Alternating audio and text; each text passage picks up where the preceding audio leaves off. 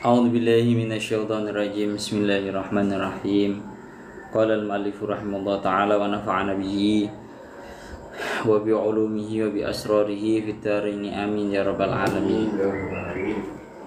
Qala Allah ta'ala fi kitabihil karim wa astaqul qailin a'udzu billahi minasyaitonir rajim. Bismillahirrahmanirrahim. Fa ka'ayyim min qaryatin ahlaktuha wa hiya zalimatun fahiya khawiyatun ala urushiha wa bi'rin mu'attalatin wa qasrin masyid. Surat Al-Hajj ayat 45. Kalau ingin niki sampun kula maknani langsung mawon kula terangaken. Ya Allah, fa ka'ayyim min qaryatin ahlaktuha. Faka'ayyim min qaryatin ahlaktuha, maka betapa banyak desa-desa yang aku binasakan. Wahiyya zalimatun, dalam keadaan desa yakni penduduk desanya itu merupakan orang-orang yang zalim. Fahiya khawiyatun ala ursyiha, maka desa tersebut tersungkur atas atap-atapnya. Wa bi'rim mu'attalatin wa qasrim masyid, dan betapa banyak wa kam min bi'rin, dan betapa banyak sumur-sumur yang menjadi mati. Wa qasrim masyid, dan juga betapa banyak singgasana yang tinggi yang sama artinya juga menjadi mati. Ya Allah ya Rabbi ya Karim. Bon niku secara garis globalnya artinya ya napa sih? Faka ayyin ay kam. Ini kita murati secara tafsirnya. Faka ayyin ay kam, maka betapa banyak. Jadi ayyin itu termasuk adat yang menunjukkan untuk kasroh, sama seperti halnya kam. Sampean biar tidak bingung, ka ayyin faka'ayyin, ka'ayyin itu merupakan adat yang dengan makna kasroh sama persis dengan kam. Kita lanjutkan lagi, min qaryatin ahlaktuha wa fi qiraatin ahlaknaha. Dalam satu qiraah itu bacanya ya Allah ya Rabbi ya Karim, bukan ahlaktuha tapi ahlaknaha. Dimaknani malih betapa banyak desa-desa yang aku binasakan. Wahiyya zalimatun, dalam keadaan desa tersebut itu merupakan desa yang zalim. Ay ahluha bi kufrihim, yakni penduduk desanya itulah yang menjadi zalim. Gara-gara napa bi kufrihim? Karena penduduk desanya itu kufur, melakukan sebuah tindakan kufur. Fa hiya khawiyatan ay sakitatun ala urushiha, maka desa tersebut itu tersungkur terjatuh dari atau atas payon itu sukufia, yakni atap-atapnya. Yang terjatuh terlebih dahulu adalah atap-atapnya. Wa bi'rim mu'attalah ay wa kam min bi'rim mu'attalatin majrukatin bi mauti ahliya, dan betapa banyak sumur-sumur yang menjadi dikosongkan, artinya menjadi mati. Ay majrukah, sumur yang ditinggalkan, dimauti ahliha, gara-gara matinya ahlinya sumur tersebut, penduduknya sumur tersebut.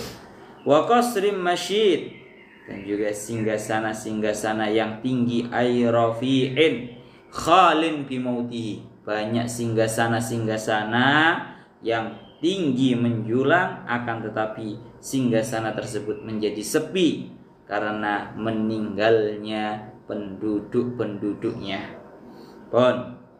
Di secara garis globalnya ini Allah Ta'ala ingin menyampaikan kepada kita bahwa betapa banyak desa-desa yang telah Allah Ta'ala binasakan, tidak lain tidak bukan karena penduduknya yang menjadi zalim gara-gara mereka kufur.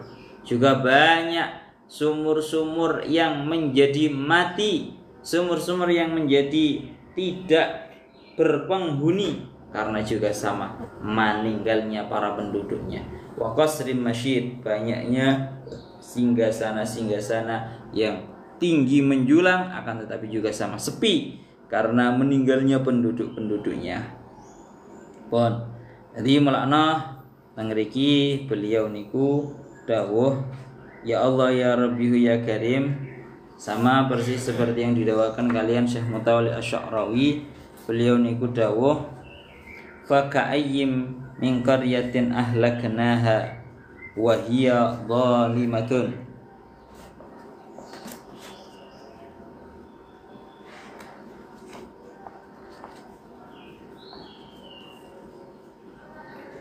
Tengriki diartikan berarti kita juga sudah paham bahwa faka'ayyim min qaryatin, betapa banyak desa-desa yang Allah Ta'ala binasakan karena tindakan dolimnya para penduduknya. Cara cerita-cerita ngoten kan sampun kathah atau bolak-balik awak dhewe nyeritakan.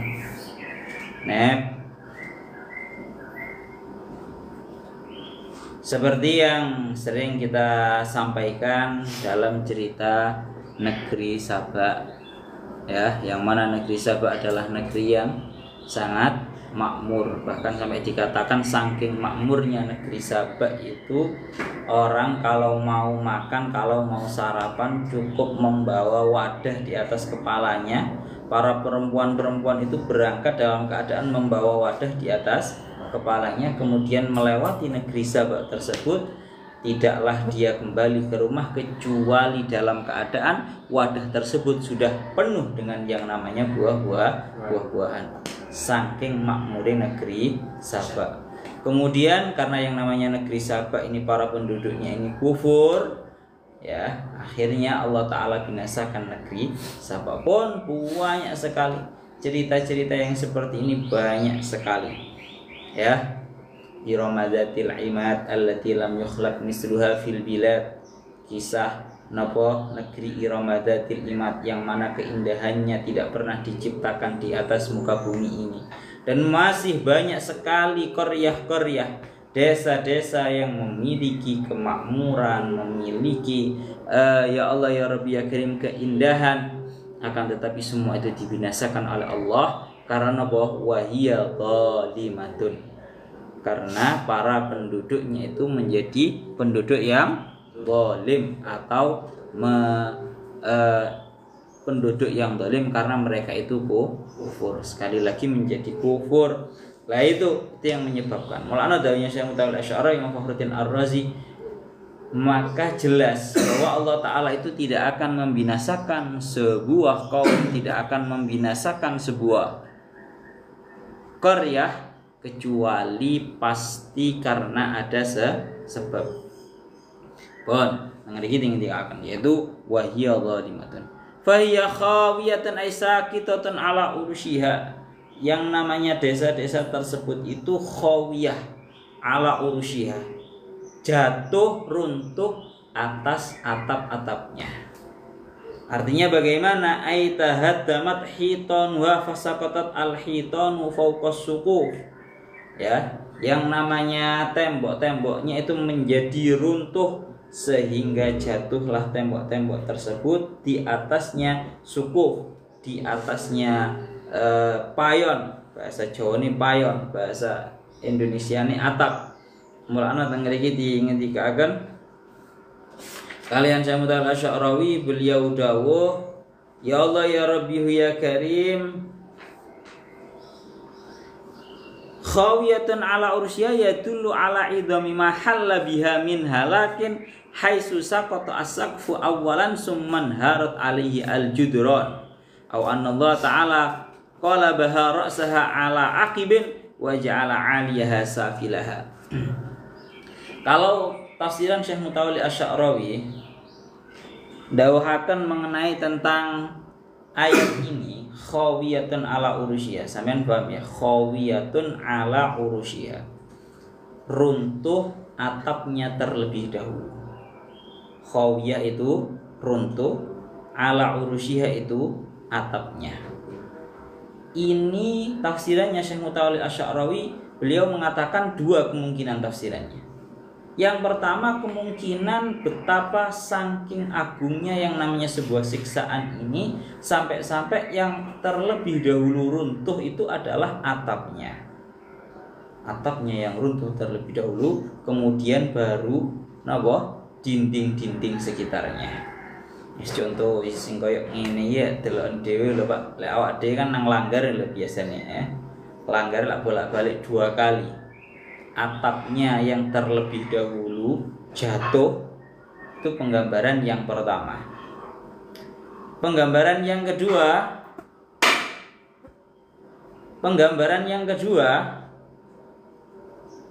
menurut satu versi mengatakan bahwa Allah Ta'ala itu khawiyatun ala urushiha, itu artinya saking menakutkannya siksaannya sampai-sampai membalikkan.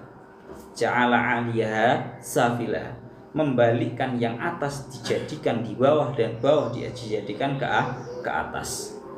Itu arti daripada khawiyatun ala urushiha. Jadi saking ngeri nih, bukan hanya sekedar atapnya yang atas jatuh terlebih dahulu, kemudian ininya tembok-temboknya, akan tetapi Allah Ta'ala mengangkat sebuah desa tersebut, kemudian Allah Ta'ala jatuhkan terlebih dahulu atap-atapnya. Wa ja'ala 'aliyaha safilaha. Bon, itu muradnya khawiyatun ala urushiha. Kemudian wa kam min bi'rin mu'attalatin ay matsrukatin bi mauti ahliya. Betapa banyak sumur-sumur menjadi dikosongkan atau ditinggalkan gara-gara penduduk-penduduknya itu meninggal. Anggrek kita ngendikaken banyak sekali sumur-sumur itu menjadi tidak berfungsi gara-gara penduduknya sudah meninggal. Berarti yang dibinasakan itu adalah para penduduknya. Kalau ngriki didhawuhaken dawuhnya Syekh Mutawalli Asy-Sya'rawi, pembinasaan Qaryah. Jadi ada Qaryah. Qaryah itu merupakan tempat. Jadi bahasa Arab, di dalam bahasa Arab itu ada makan, ada makin. Kalau makan itu tempatnya. Kalau makin itu perkara yang menempat di atasnya makan. Gampangnya ngomong, makin itu sebuah bangunan. Sekali lagi perlu diingat, kalau makan itu tempatnya, kalau makin itu bangunannya. Maka yang dikehendaki di dalam pembinasaan sebuah qaryah di sini, ini adalah pembinasaan bangunan. Jadi memang terkadang memang siksaannya Allah Ta'ala itu ada kalanya membinasakan terhadap penduduknya, ada kalanya membinasakan terhadap makin atau bangunannya. Yang ketiga, atau bahkan sampai makannya atau tempatnya. Dalam hal ini, dawuhnya Syekh Mutawalli Asy-Sya'rawi, ini yang dibinasakan adalah makin atau bangunannya. Seperti yang didawuhkan oleh Allah Ta'ala dalam surat lain, was'alil qaryatal lati kunna fiha. Bon, tengeriki dingendikaken ngoten. Dilanjutaken malih mengenai ceritanya bi'rim mu'attalah atau sebuah sumur yang dikosongkan atau ditinggalkan karena penduduknya meninggal. Tengeriki dindikakan wal makna adadun kasirun minal abar mu'attalun anil istiqa minha bi mauti ahliha. Banyak sekali ditemukan sumur-sumur yang ditinggalkan, yang menjadi mati gara-gara meninggalnya para penduduk-penduduknya. Wakilah, ada yang mengatakan innal bi'ra al-wahidah ma'hudah. Ada yang mengatakan sumur yang dikehendaki dalam ayat ini itu cuma satu dan diketahui, yaitu napa wa yallati nazala 'alaiha salihun, yaitu sumur yang dulunya pernah menjadi tempat persinggahannya Nabi Saleh. Ma'a arba'ati alafi nafarin mimman amana bihi, bersertaan dengan 4.000 nafar, 4.000 orang, bersertaan dengan orang-orang yang beriman dengan Nabi Saleh. Jadi menurut satu kaul mengatakan bahwa sumur ini bukan banyak, tapi sumurnya cuma satu dan diketahui, yaitu sumur yang pernah menjadi tempat singgahnya Nabi Soleh dan 4.000 pengikutnya. Bayang nih Pak, berarti sumur iki rada jaduk, krana sumur iki isok digawe ngombe ngunjukane Nabi Soleh dan 4.000 para pengikutnya. Iki cara akal ngono ya gak nutuk lek gawe wong 4.000 gawe ngombe gawe keperluan. Wa najahumullah minal adzab wa bi hadramaut. Ini menurut satu versi ya. Allah Ta'ala itu menyelamatkan Nabi Nuh dan juga sinten para pengikutnya yang ada 4.000 diselamatkan oleh Allah dari siksa. Jadi kalau orang-orang yang mendapatkan siksaan yang berada di dalam desa itu dibinasakan oleh Allah, maka Nabi Soleh dan 4.000 pengikutnya itu mampu meninggalkan tempat tersebut dan diselamatkan oleh Allah Ta'ala dari siksa. Yaitu mereka semua Nabi Soleh dan juga para pengikutnya itu berada di Hadramaut. Hadramaut itu Tarim, Yaman. Berada di Yaman. Kenapa kok dinamakan dengan Hadramaut? Wa sumiyat bidzalik. Kenapa kok desa tersebut dinamakan dengan desa Hadramaut? Li'anna solihan hina hadaraha mata. Karena Nabi Soleh ketika menghadiri tempat tersebut, desa tersebut, Nabi Soleh itu langsung meninggal. Melakno Hadramaut itu asalnya adalah hadoro mautun. Napa hadoro mautun? Hadoro teko apa mautun? Mati. Hadramautun berarti hadirnya sebuah kematian, karena diceritakan dulu Nabi Soleh tatkala memasuki desa tersebut tidak senggang lama Nabi Soleh langsung meninggal. Hadramaut itu di Yaman.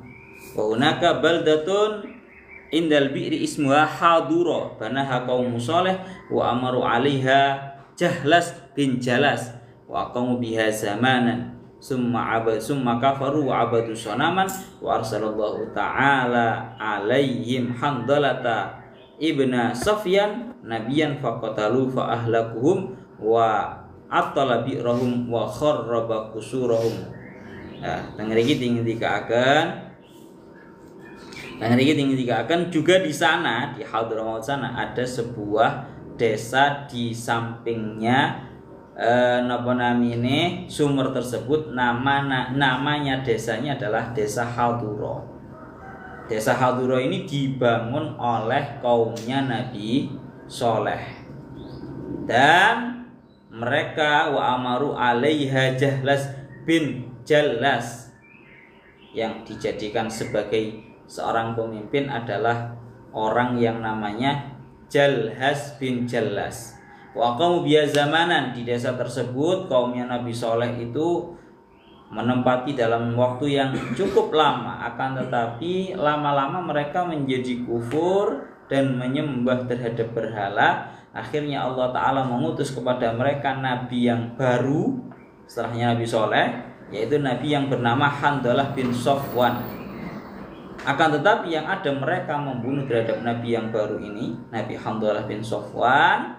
Akhirnya Allah Ta'ala membinasakan mereka dan membuat sumur mereka menjadi mati, menjadi sepi, menjadi ditinggalkan, dan wa kharraba kusurahum, dan Allah Ta'ala menghancurkan terhadap singgasana-singgasananya mereka. Mulanya nang mriki wa qasrim masyid ay rafi'in khalin bi mauti ahdihi. Ya, banyak sekali singgasana-singgasana yang tinggi, ya, yang menjadi sepi karena meninggalnya para penduduknya, yaitu desa Haduro, desa yang dibangun oleh kaumnya Nabi Soleh, tapi yang kemudian dijadikan pemimpin adalah yang namanya Jalhas bin Jalas. Kemudian dalam jangka waktu yang lama, akhirnya lama-lama kaumnya Nabi Soleh ini menjadi kufur, menyembah berhala. Akhirnya Allah Ta'ala utus terhadap mereka nabi yang bernama Handalah bin Safwan, akan tetapi nabi tersebut malah dibunuh hingga Allah Ta'ala binasakan mereka. Allah Ta'ala jadikan sumurnya menjadi sumur yang ditinggalkan. Allah Ta'ala jadikan singgasana mereka menjadi ditinggalkan pula. Wes pokoknya nang Yaman kono Pak. Nang Yaman kono itu banyak tempat-tempat bersejarah. banyak tempat-tempat bersejarah. Sabak pun, negeri Sabak pun itu ada juga di Yaman. Banyak sekali. Melakno, masya Allah, Yaman itu aslul Arab.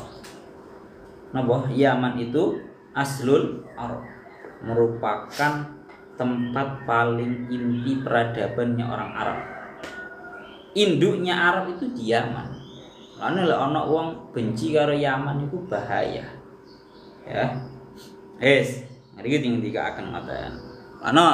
Sekarang kita lanjutkan tentang ayat yang selanjutnya. Niki dereng dimaknani riyen. Afalam yasiru fil ardi fatakuna lahum qulubun yaqiluna biha aw adanu yasma'una biha fa innaha la ta'mal absar walakin ta'mal qulubul lati fis sudur. Surat Al-Hajj ayat ya Allah 46. Surat Al-Hajj ayat 46. Ya Allah ya Rabbi ya Karim. Afalam yasiru apa toh durung padha melaku sapa kufar Mekah. Afalam yasiru apa toh durung padha melaku sapa kufar Mekah. Ai kufaru Makkah tegese pira-pira kafire Mekah melaku fil ardi ing dalam bumi. Apakah mereka belum pernah berjalan-jalan di atas muka bumi ini? Fatakuna mongko sebabe ana iku lahum kedue kufar Mekah apa kulubun pira-pira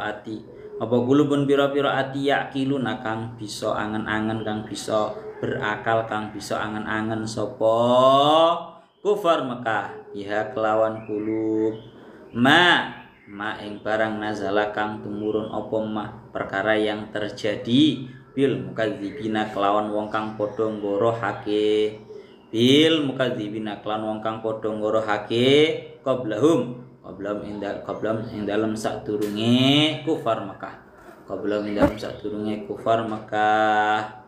au adzanu yasmauna biha au adzanun utawa pira-pira atau dumateng kulub ngriku nggih au adzanun utawa pira-pira kuping pira-pira telinga yasmauna kang padha ngrungu sapa kufar Mekah pihak kelawan adzan kerungu akhbarahum ing pira-pira ceritane mukadzibin bil ihlaki kelawan den binasaake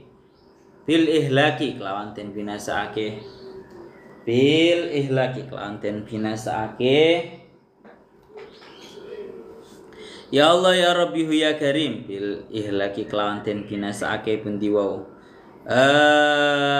wa kharabid diyarilan runtuhe atau rusake pira-pira omah fayatabiru sehingga bisa ngalap perkeling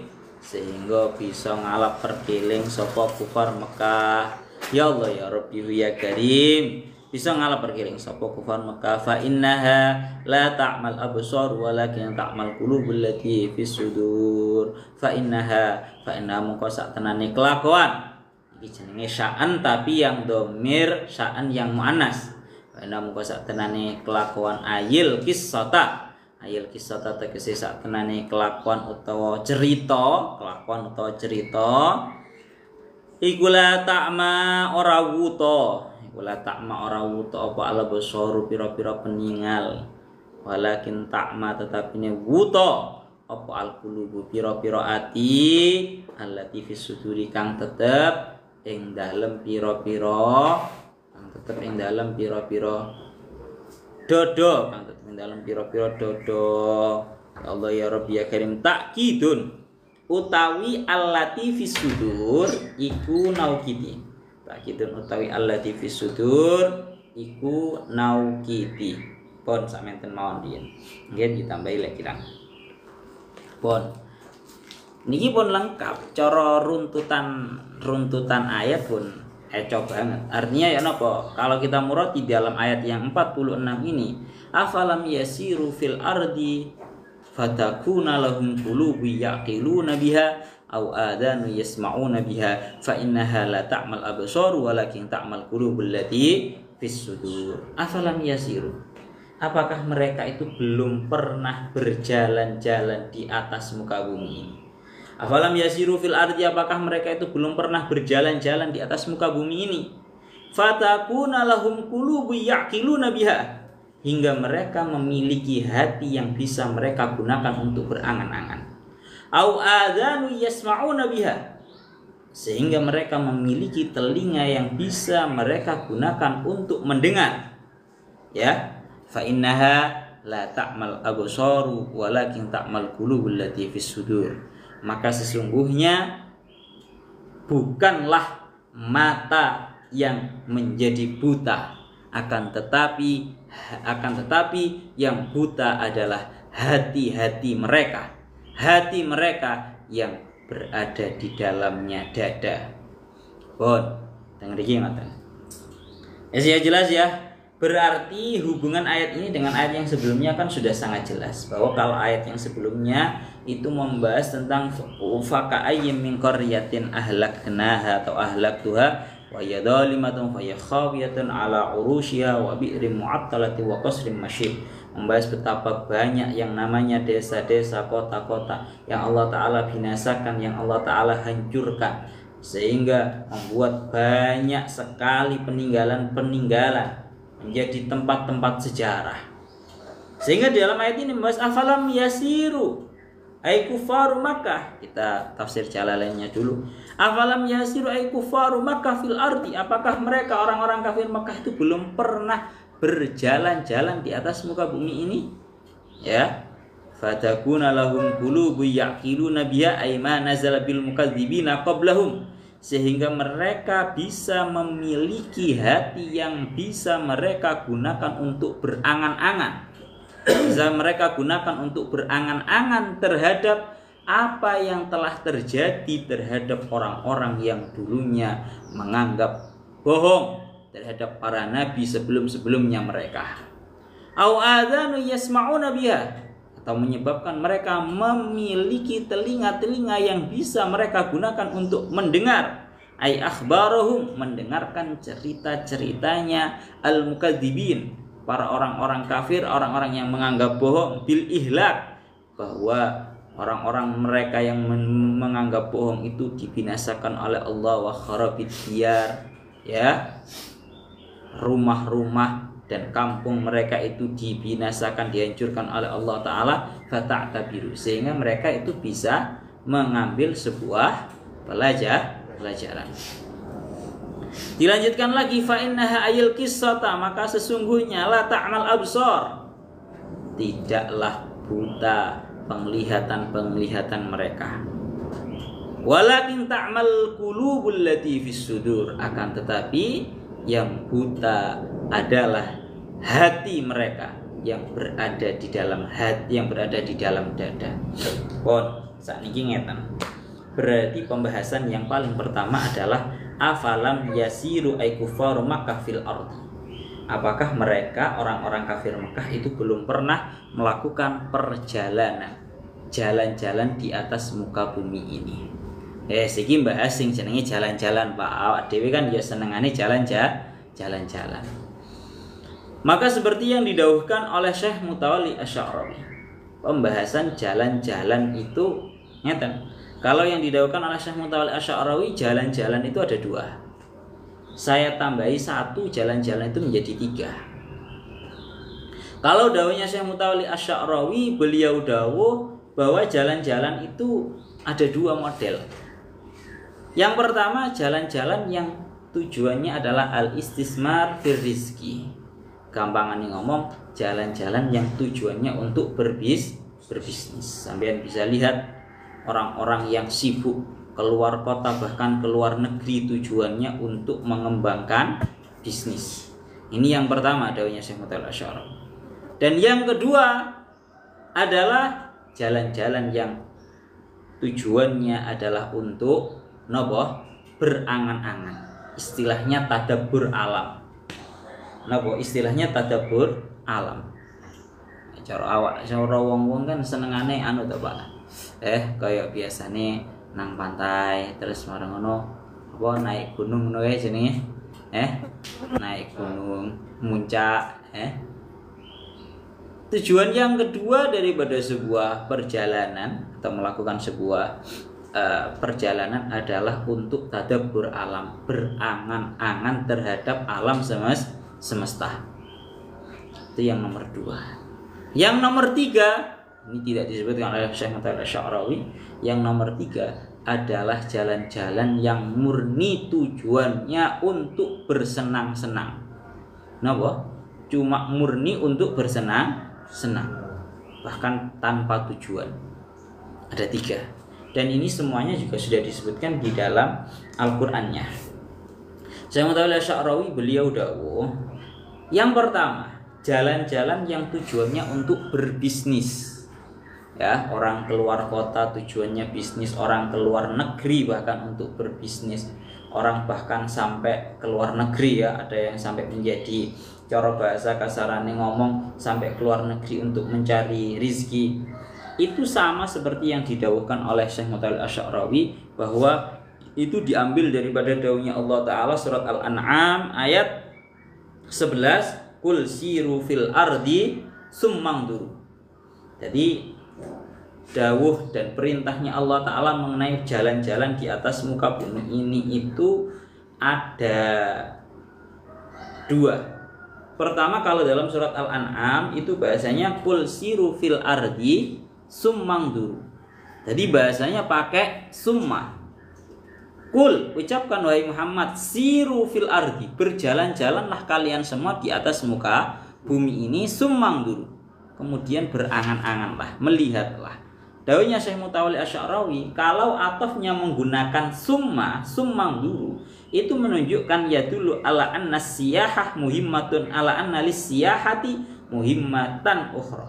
Bahwa orang melakukan sebuah tindakan perjalanan itu memiliki tujuan lain, hiya al-istismar wa talabir rizki, yaitu untuk mencari rizki dan untuk mengembangkan bisnis. Mulane cara dawuhnya Syekh Mutawalli Asy'arawi, dawuhnya Al-Imam Syafi'i, beliau dawuh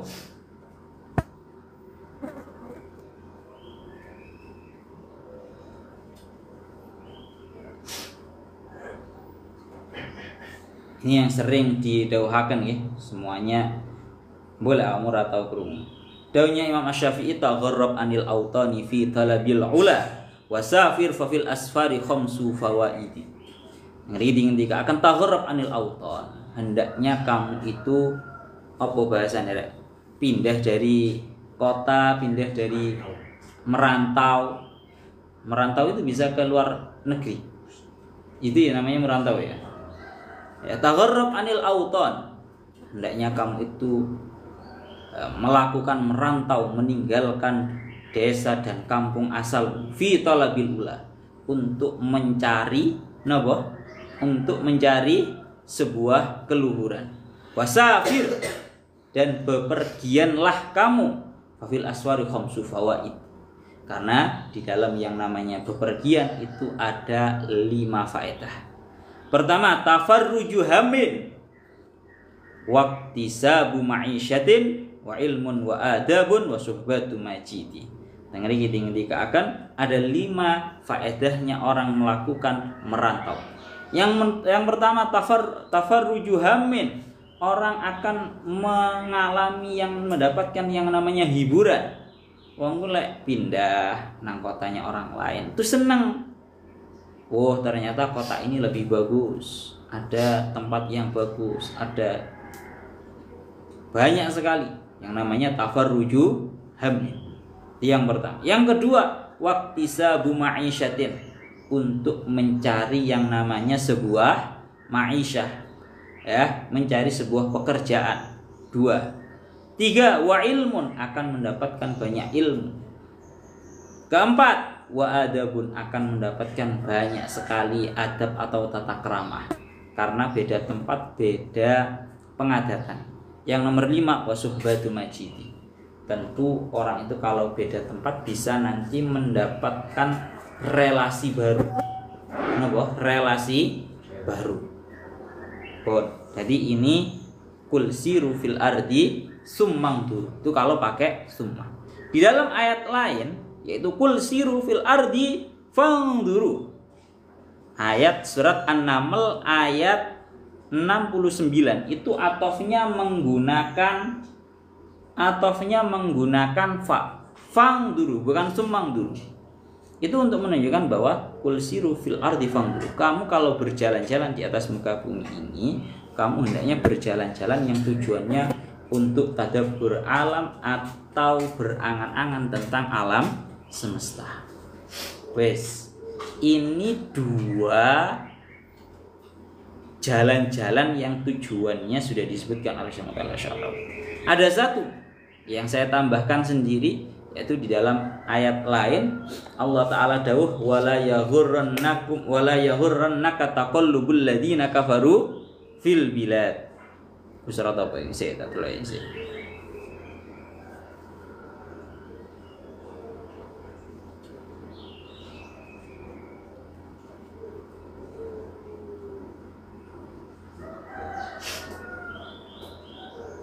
Niki tengeriki dingendikaaken wala yaghurrannaka taqallubul ladzina wala kono wau ni la yaghurrannaka taqallubul ladzina kafaru fil bilad. Niki lho. Dadi tengeriki dingendikaaken kalian Allah Ta'ala janganlah kamu tertipu oleh tindakannya orang-orang kafir yang sering berkunjung ke sana kemari di kota-kota. Gampang ngomong awak dhewe ndelok kan penggaweane taqallubul ladzina kafaru. Penggawean orang-orang kafir kan senengane berpindah-pindah. Bahasane apa sih ngono kuwi? Mek gur senengane iku melakukan trip atau apa bahasane ya? Perjalanan habis di Indonesia marono pindah maneh nang Australia, mari nang Australia delok nang Dubai, mari nang Dubai nang Arab Saudi ya. Wes iku penggawean wong kafir kan ngono to. Penggawean iku mek taqallubul ladzina kafaru fil bilad. Karena denger iki ini merupakan sebuah perjalanan yang Allah Ta'ala mengingatkan kepada kita la yaghurrannaka taqallubul ladzina kafaru fil bilad. Kon ojo kepingin, kon ojo tertipu dengan tindakannya orang-orang kafir yang senengane bahasane itu melancong ngono kuwi. Senengane berkunjung ke kota ini, ke kota itu ya. Yang mana tujuan mereka cuma murni untuk bersenang-senang, tanazzuh. Napa hanya sekedar tanazzuh atau bersenang-senang. Ana awak dhewe lek mari ngaji ngene, awak dhewe lek melakukan perjalanan, ayo diniati. Loh ini termasuk perkara yang diperintahkan oleh Allah Ta'ala loh. Ayo awak dhewe jalan-jalan. Tapi jalan-jalan tujuannya harus kita bukan hanya menghabiskan uang, tapi jalan-jalannya harus ada sebuah nilai positifnya. Yaitu yang pertama, yang paling mudah adalah kita harus tadabbur alam. Wah, Pak Nelek nang Surabaya iki panas ya. Ya cok bahasane cok panas ngono. Dawe Habib Umar gak oleh ngomong dunyane panas iki gak oleh jarene. Dawe Habib Umar seperti itu. Wah, Pak Nelek nang Surabaya ku hawane kurang sejuk. Akhirnya melaku nang Malang. Bah, lek nang Malang nang Batu. Oh enak, seger, wadem. Maro ngono pindah maneh. Rodok meronoan maneh. Ya, itu semua untuk tadabbur alam. Pun. Jadi jangan sampai kita cuma murni hanya bersenang-senang. La yaghurrannaka taqallubul ladzina kafaru fil bilad. Wes, jadi itu macam-macamnya yang namanya napa? Jalan-jalan. Kemudian yang pertama perlu dipahami dari ayat dari dawuh afalam yasiru fil ardi. Apakah mereka itu belum berjalan-jalan di atas muka bumi ini? Lek pertanyaane koyo ngene, apakah lek cara aku takok nang sanep ya. Apa awakmu burung turu? Kalau pertanyaannya seperti itu berarti mengartikan, jelas artinya adalah kamu itu sebenarnya sudah tidur. Sama dengan ayat ini, afalam yasiru fil ardi, apakah mereka itu belum berjalan-jalan di atas muka bumi ini? Itu maknanya kamu kan sudah, mereka itu ahli tirhal, cara bahasa Indonesia. Mereka itu ahli jalan-jalan. Wes jalan deh, Pak. Wong sak dunya iki sing ahli jalan-jalan iki wong kafir. Delokan Instagram wong kafir-kafir lho. Enek Australia, enek Afrika, enek Dubai, ana Arab Saudi, ana endi maneh. Wes lengkap pokoknya Jepang. Wes lengkap di apa bahasane sing bunderan Instagram ini apa nang dukur ngono iki jenenge. Apa jenenge, guys? Apa? Wong-wong ijen terlalu gaptek lho wong-wong. Wes. Maka sebenarnya orang-orang yang paling ahli jalan-jalan itu adalah orang-orang kafir. Karena didewakan kalian apa? Afalam yasiru bil ardi, apakah kalian semua itu belum berjalan-jalan di atas muka bumi? Artinya kalian semua itu ahli tirhal. Ahli jalan-jalan. Nanti lanjutakan fatakuna lahum qulubu yaqiluna biha iman nazala bil mukadzibina qablahum, sehingga mestinya kalau kalian itu sudah sering untuk berjalan-jalan di atas muka bumi ini, mestinya kalian itu bisa memiliki hati yang kalian gunakan untuk berpikir, berakal, berangan-angan terhadap perkara yang terjadi terhadap al-mukadzibin, orang-orang yang kafir yang menganggap bohong terhadap para nabi sebelum mereka. Ya, katakan jalan-jalan di negeri Sabah. Sampeyan enggak usah ada-ada yang nang Yaman delok negeri Sabah, delok nang YouTube ae ono. Betapa sampai sekarang negeri-negeri yang dihancurkan oleh Allah itu sudah tidak bisa dimanfaatkan lagi. Di Yaman itu ada sebuah kampung atau kota yang hingga kini kampungnya tersebut tidak bisa ditempati gara-gara tanahnya itu gosong. Tanahnya itu gosong. Orang kena ditanduri, orang kena diapa-apa belas. Tidak ada orang yang berani menempat di situ, nggak ada. Sehingga kalau mereka itu sering berjalan-jalan di atas muka bumi ini, mestinya mereka itu memiliki akal yang bisa mereka gunakan untuk berangan-angan apa yang terjadi terhadap orang mukadzibin sebelumnya.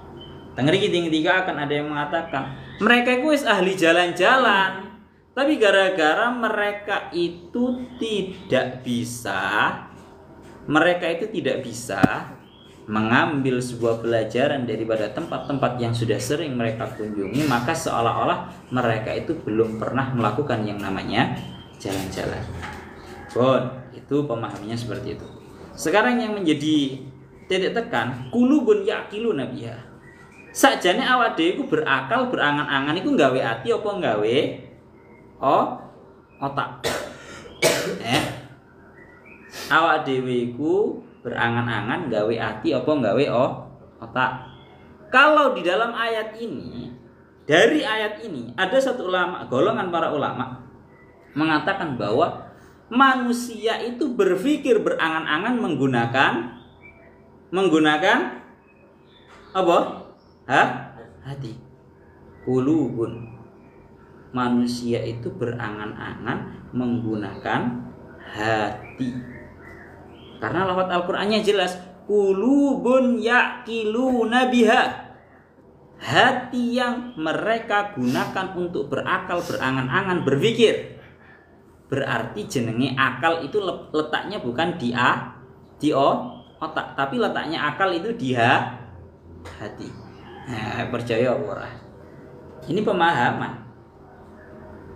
Kan kalau menurut kita selama ini kita menyangka bahwa yang namanya akal, yang namanya pikiran manusia itu ya di otak. Padahal jelas ayat Al-Qur'annya lahum qulubun yaqiluna biha.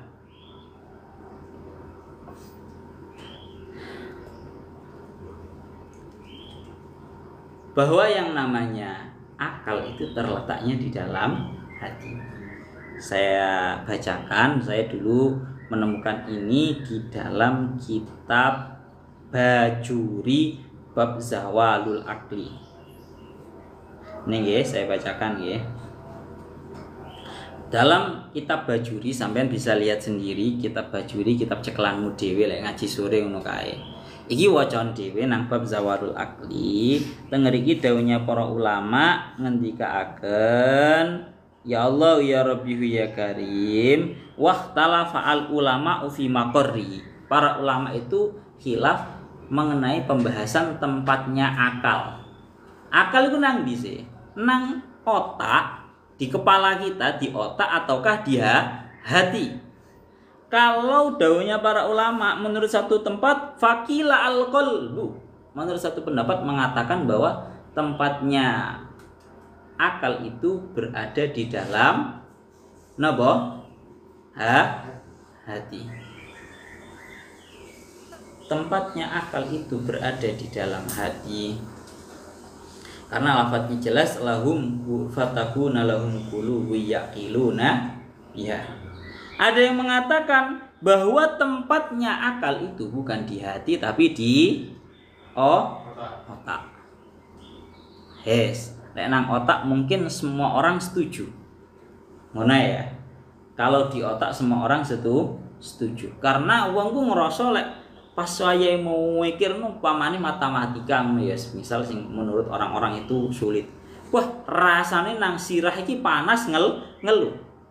Iya ora? Kan sepakat toh Pak. Kalau bahwa tempatnya itu di otak itu banyak orang lebih sepakat dengan yang kedua. Padahal yang kaul yang lebih unggul adalah yang namanya akal itu berada di dalam hati. Karena lafaz Al-Qur'annya jelas qulubu yaqiluna biha. Hati yang bisa digunakan untuk berakal, berangan-angan, berpikir. Lah terus bagaimana kalau akal itu tempatnya di hati padahal awak dhewe lho lek mikir iki biasanya sing mumet iki sirah. Ora enek ceritane atine mumet iki ra enek. Atine panas iki ra enek. Terus piye? Saya bacakan biar sampean paham.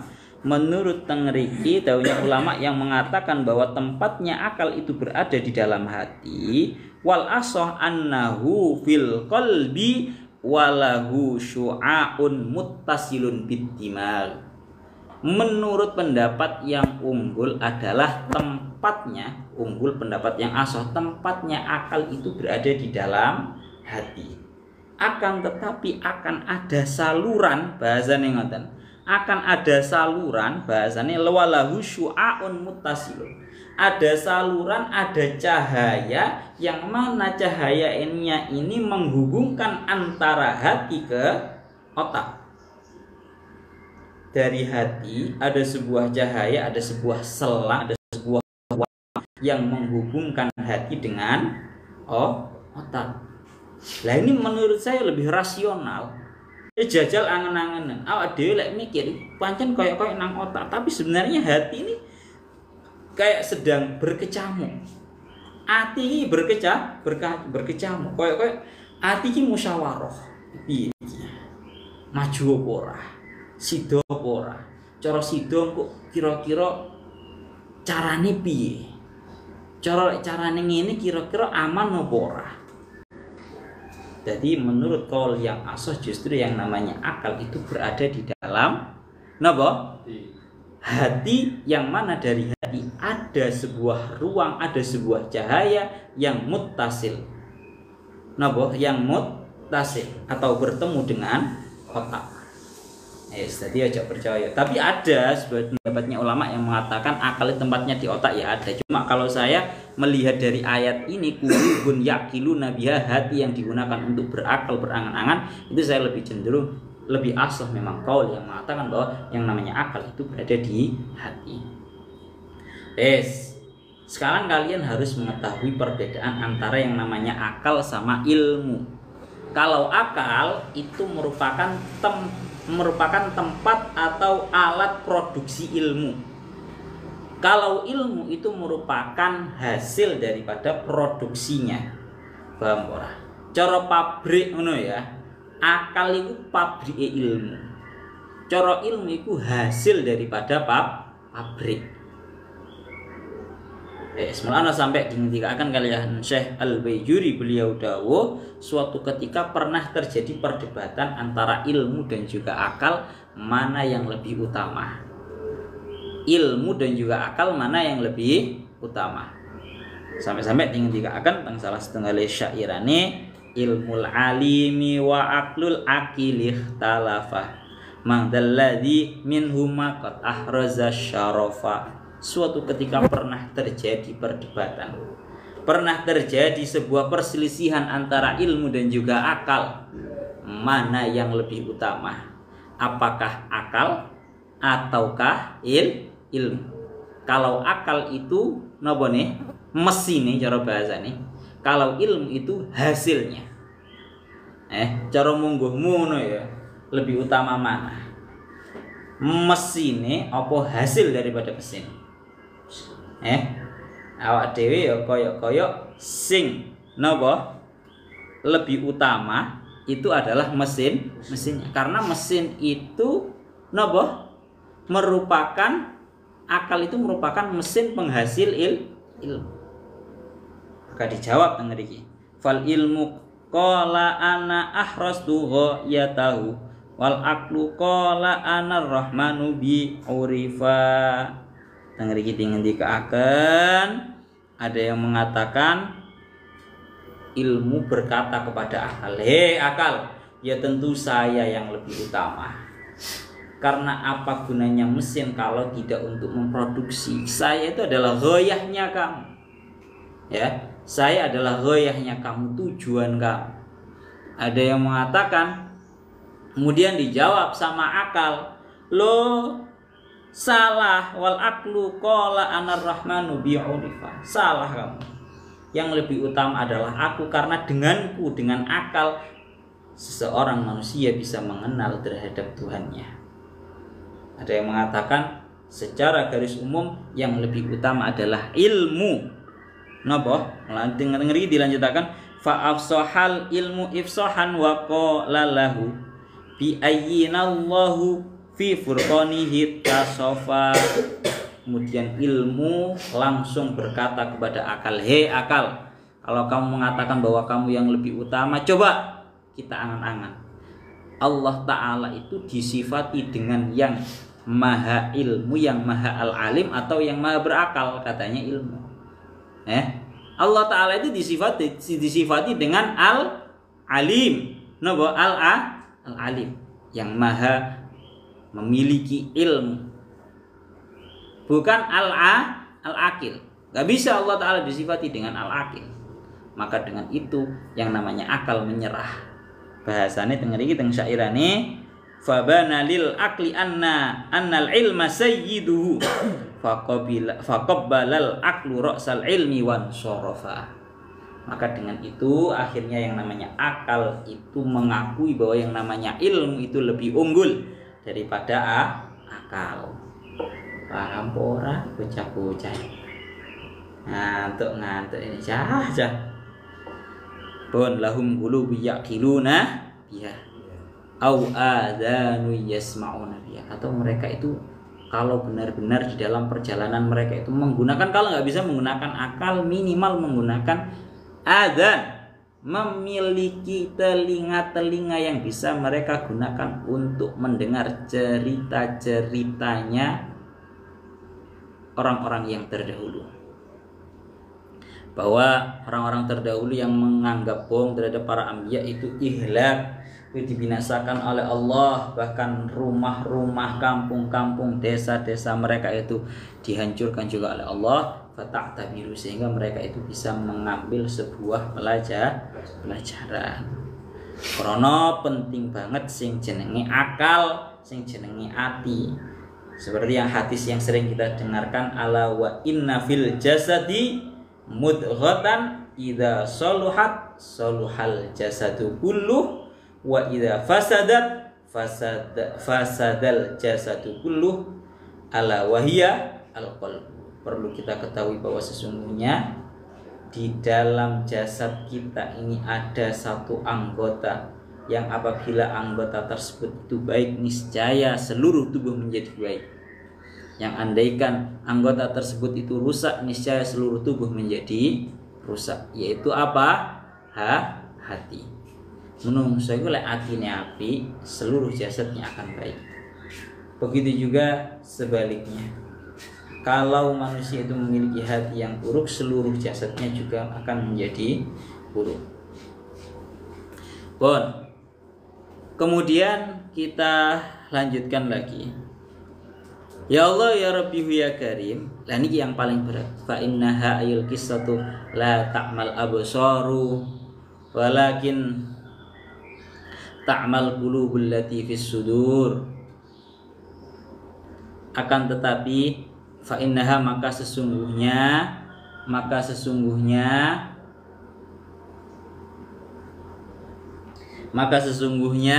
la ta'mal absar, tidaklah penglihatan mereka itu buta. Tidaklah penglihatan mereka itu buta. Walakin ta'mal qulubul lati fis-sudur. Akan tetapi yang buta adalah hati mereka yang berada di dalam dada. Bon, allati fis-sudur, dawuhnya para ulama, ini merupakan takkidun. Ini merupakan takkid atau mengokohkan. Ya Allah ya Rabbi ya Karim. Kita ngendikaken dawuhnya Syekh Mutawalli Asy-Sya'rawi, allati fis sudur, atau perkara yang ada di dalam hati. Ini menguatkan. Artinya ya nopo? Kabeh lak ngerti toh, Pak, bahwa yang namanya hati itu memang letaknya berada di dalam dada. Kabeh wis ngerti, tapi ini perlu pentauqidan. Kenapa kok perlu pentauqidan? Karena sebuah hal yang sifatnya tidak lazim itu perlu adanya pentauqidan. Dicontohkan. Kan begini ya. Awalnya itu kan normalnya sifat buta itu dinisbatkannya kepada mata. Tapi kalau buta itu dinisbatkan kepada hati, itu kurang normal, maksudnya kurang lazim, kurang umum. Sehingga perlu adanya kalimat penambahan, yaitu allati fis sudur, yang berada di dalam dada. Podo ambek omongan ini loh, Pak. Dawuhnya Imam Fakhruddin Ar-Razi juga Syekh Mutawalli Asy-Sya'rawi. Podo ambek omongan wong ini. Sing landhep iku duduk pedang. Tapi cangkemmu sing ana nang antarane dua lambemu lho landhep. Kan ngono to. Sing jenenge cangkem kan semua orang tahu bahwa berada di antara napa niki? Dua bibir. Cuma perlu ditambahkan karena sifatnya itu tidak lazim. Kalau sifat tajam itu dinisbatkan kepada sebuah napa? Pedang. Kalau sifat tajam itu dinisbatkan kepada pedang, itu sifat yang lazim. Tapi kalau dinisbatkan sing landhep iku duduk pedang tapi cangkemmu lho. Dal awake dhewe biasane sing pedes iki duduk sambel, Pak. Omonganmu lho sing ana nang cangkemmu lho sing pedes. Itu biasanya perlu adanya penambahan. Karena sifat pedes ketika dinisbatkan kepada omongan, ketika dinisbatkan kepada mulut, itu merupakan sifat yang tidak umum, tidak lazim. Sehingga perlu ada pentauqidan seperti itu. Pun yang paling ngeri, naudzubillahi min dzalik, dawuhnya Syekh Mutawalli Asy-Sya'rawi, beliau dawuh bahwa amal basar atau kebutaan di dalam mata itu masih bisa digantikan. Paham ora ya? Kebutaan mata itu masih bisa digantikan. Yakni dengan cara mendengarkan. Ya Allah ya Rabbi ya Karim. Kalau kebutaan mata